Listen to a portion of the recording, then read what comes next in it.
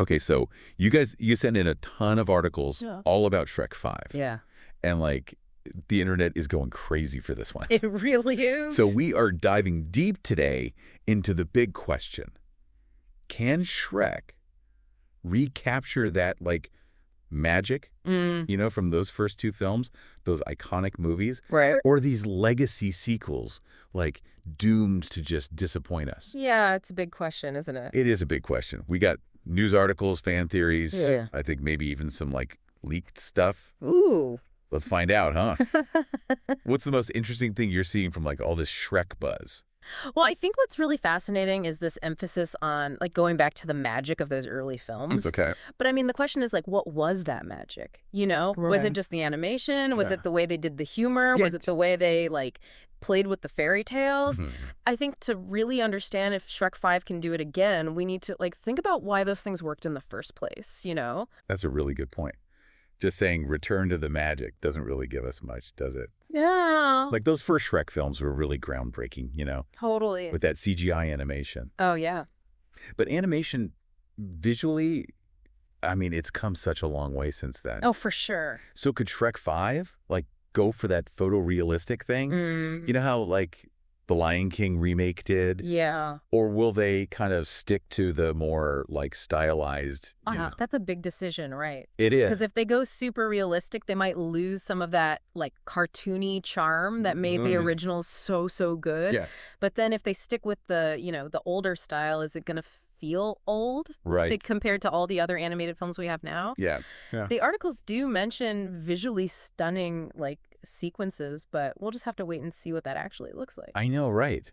And it's not just the visuals, is it? No, definitely not. Like some fans felt like those later Shrek films, they were still funny. Yeah. But maybe they lost some of that like satirical edge. Yeah, you know what I mean? I do. Those first two were clever. Oh, yeah. They were making fun of Disney. They were making fun of celebrities. Right. Even like, booty standards. Oh, yeah, totally. So how do you think they're going to like approach that in Shrek 5? Yeah. The humor, the social commentary in this world. That's a tough one. It is. Because the articles mention the evolving cultural landscape, and contemporary social commentary. Yes. But like, what does that even mean for Shreks? I know. Are they going to be talking about like internet fame, social media, like the metaverse? Oh, wow. It's a very fine line to walk, It's They got to stay relevant, like reach today's audience, but not alienate the people who loved the original. Oh, totally. Totally. Yeah. I'm super curious to see how they handle that whole balance, especially with them bringing back the original voice actors. Oh, my gosh, I know. Mike Myers, Eddie Murphy, Cameron Diaz, Antonio Banderas. Yes. I mean, their chemistry is... legendary. It's legendary. Like, you can't get any better. Exactly. Their performances are so iconic. I know. It's hard to even imagine anyone else. Like being Shrek, being Donkey, being Fiona, being Puss in Boots. Exactly. Yeah. That familiar, like, dynamic between them, that's going to be a huge draw for the fans, Totally. But I will say, the articles do mention new characters. So I'm wondering, what kind of new things are these characters bringing? Well, what fresh perspectives? What conflicts? Yeah. Could they be the thing that, like, updates Shrek for a new generation? That's a really interesting thought. Yeah. New characters are always exciting. Always. They can shake things up, bring in new storylines, maybe even like expand the whole Shrek universe. Totally. And speaking of expanding, the articles talk about going deeper into like themes of family, friendship, self-acceptance. Yeah. Yeah. I mean, those were in the originals, right? Oh, for sure. But it sounds like maybe they're going to be like center stage this time. I think so, yeah. And I think that's where the potential is for like a really great sequel.